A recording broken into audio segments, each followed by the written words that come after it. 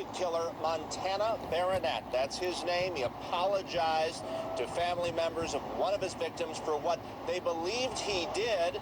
His relatives said Barronette is not a monster, but the judge didn't believe he was truly remorseful.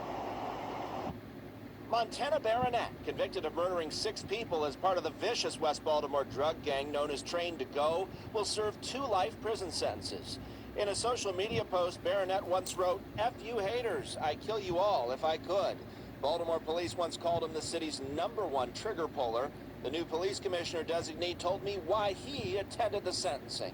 It was important for me to see this outcome firsthand, so I'll know just what's at stake and just how to make sure my police department performs at a high level and partners with our partners going forward. Many relatives of victims chose not to speak out of fears for their own safety, but the mother of one victim, Antonio Addison, told the judge Montana Barronette is the devil's child.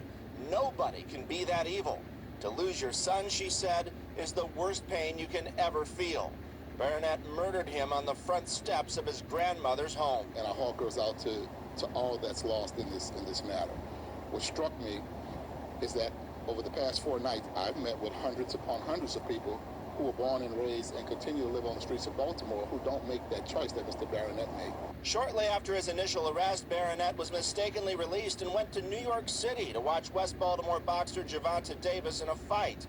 He's been incarcerated since. Barronette's lawyer said his client has had a difficult life dealing drugs since age 13 and is a victim.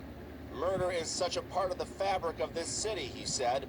We live in a society that permits what goes on in Baltimore to happen.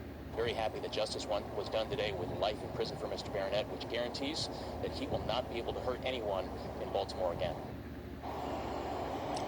During the trial, which included co-defendants, there were reports of witness intimidation, and several U.S. Marshals were assaulted, bringing some of those co-defendants here to court. So security was very tight today. They cleared out the courtroom before sentencing, and people could not bring their cell phones inside.